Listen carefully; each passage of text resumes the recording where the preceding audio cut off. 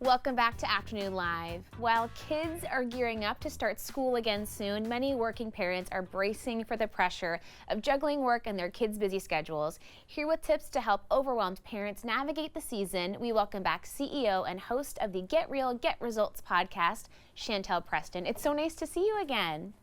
Thank you so much for having me back. You are living this life I can relate to. I'm already pre-stressed about the back-to-school season.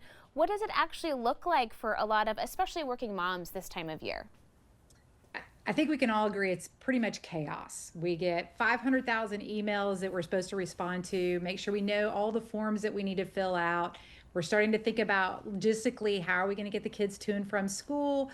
What about after school sports? I mean, there's so many things that we're trying to deal with going back to school, but also that mental load that we carry in regards to the emotions of, new surroundings, new teachers, new friends. It's just complete chaos right now. And I think it's a lot of us, it's really a time of anxiety.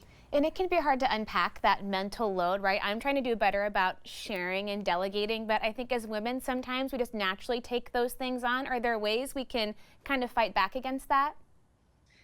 Well, we sometimes can be our own worst enemy when it comes to that. We like to control everything. We think that we're the only ones that can carry that mental load. But it's really important for us as parents to make sure that we are sharing that load, whether it's with our spouse, our partner, and or with the kids. A lot of things that we worry about as adults really never happen and the kids are oblivious to it. So make sure you don't put your anxiety on the kids by you being amped up. So the calmer you are during that scenario, I think it's the better off the kids are. That's super helpful. And are there certain misconceptions, maybe from the employer's perspective, that they're not really understanding what parents are dealing with at home while they're juggling the work responsibilities too?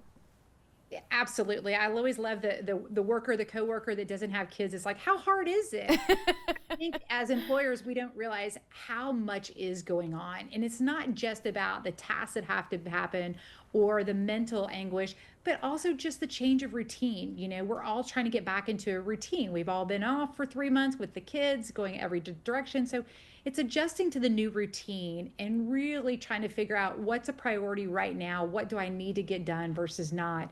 And really try to keep everything going in the right direction, both at work and at home. We talk about this word a lot, empathy, but it can be really helpful in the workplace too, especially talking about working parents. Are there ways we can, feel for each other and be better support and advocates in the workplace? Oh my gosh, it takes a village to raise kids these days. We all say that. Well, use the village, and as employers, we talk a lot about empathy, but also flexibility during this time. Again, a lot of things are happening. Maybe look at some of the meetings you're having.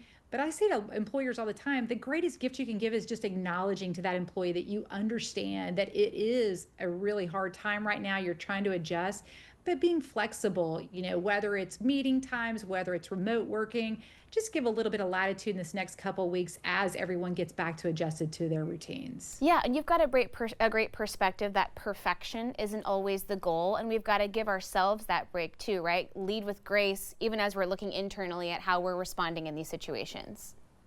Absolutely. I mean, again, if we start thinking that we have to be perfect, so do our kids. And we don't want them to think that because we know it doesn't exist.